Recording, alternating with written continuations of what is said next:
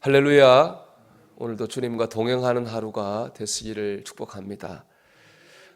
제가 아침에 이렇게 하나님과 동행하기를 바랍니다 이런 인사를 하는데요, 우리가 신앙인으로서 제일 잘 사는 것은 하나님과 동행하는 것입니다. 오늘 본문에 에녹이 그걸 보여주고 있습니다. 에녹은 하나님과 동행했습니다. 그랬더니 어떻게 됐습니까? 에녹이 죽지 않았습니다. 하나님이 그를 데려가셨습니다. 오늘 이 창세기 5장은요 아담의 자손인 셋의 족보입니다. 그래서 보면은 낳고 죽고가 반복되어 나옵니다. 낳고 죽고 낳고 죽고. 에녹은 낳았다는 말은 있습니다. 근데 죽었다는 말은 없습니다. 에녹은 태어는 낳았는데 죽지 않았습니다. 하나님께서 그를 데려가셨기 때문에 그렇습니다. 겉으로는 같은 죽음일지 모르지만은 죽는 사람이 있고 하나님이 데려가는 사람이 있습니다. 다릅니다. 누가 하나님이 데려가시는 사람입니까? 에녹처럼 하나님과 동행하는 사람은 죽는 것이 아니라 하나님이 데려가십니다. 또 서양석당에 보면 하나님과 동행하는 한 사람은 10,000명보다 강하다, 그런 말이 있습니다. 즉 하나님과 동행하면 이 땅에서 누구보다 능력 있는 삶을 산다는 것입니다.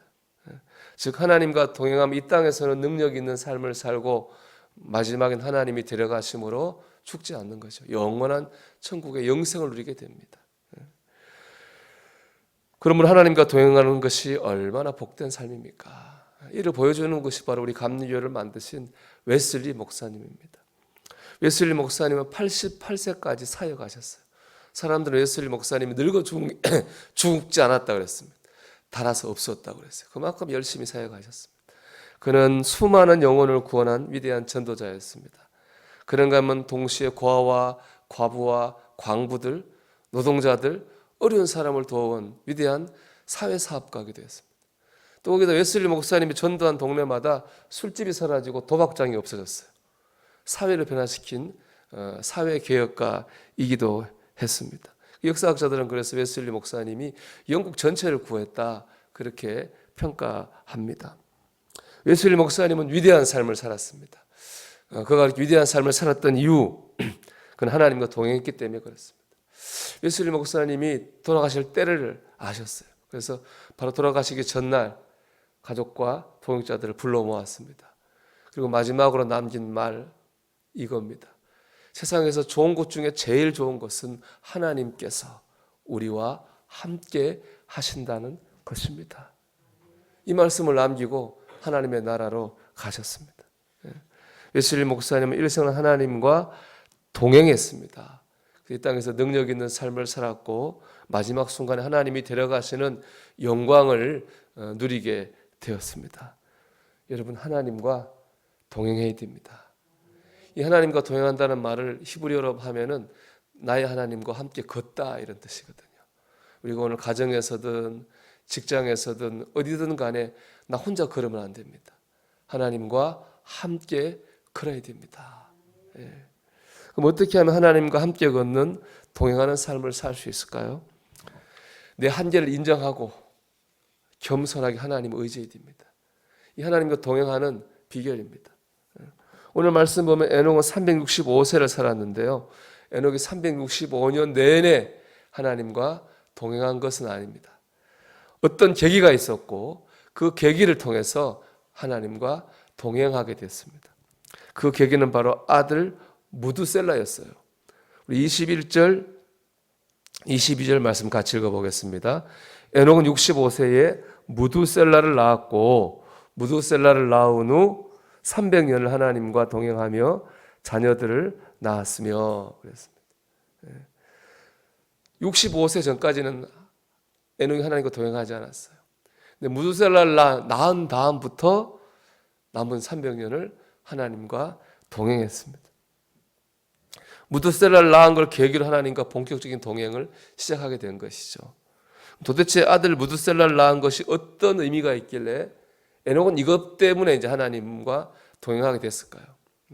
이 고전의 연구가인 유벨이라는 학자에 의하면 무두셀라라고 하는 말을 문자 그대로 풀면 창을 던지는 사람, 이런 뜻입니다. 창을 던지는 사람. 그 당시에는 이게 부족과 부족끼리 전쟁을 했잖아요. 제일 앞에서 싸우는 제일 용맹한 사람을 창을 던지는 사람이라고 그랬다고 그럽니다. 근데 이 창을 던지는 사람이 죽으면 어떻게 되냐? 이 부족이 지는 거예요. 이 부족이 지면 어떻게 되느냐? 남자들은 다 죽고 여자들은 노예로 끌려가야만 됐습니다. 그래서 무두슬라라는 이름에는 이런 뜻이 있습니다. 그가 죽으면 심판이 온다. 그게 무두슬라입니다. 그가 죽으면 심판이 온다. 여러분, 우리는 때가 되면 죽습니다. 그리고 하나님의 심판을 받습니다. 이게 무두슬라입니다. 에녹은 무두슬라를 통해서 우리 인간의 한계, 자신의 한계를 깨닫게 됐습니다.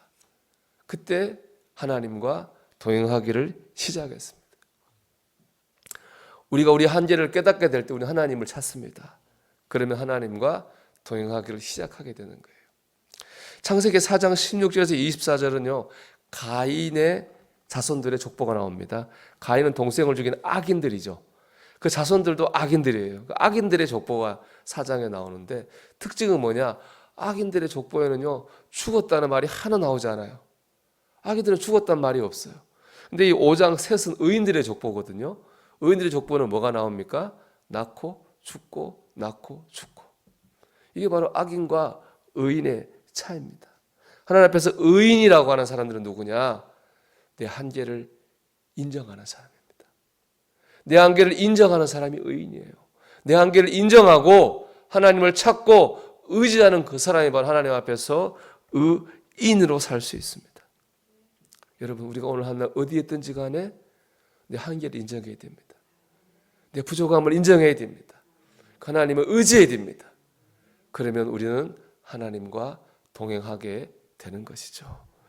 여러분, 오늘 한날 우리 겸손하게 하나님과 함께 걸어가는 그런 복된 하루가 되기를 주님의 이름으로 축원합니다.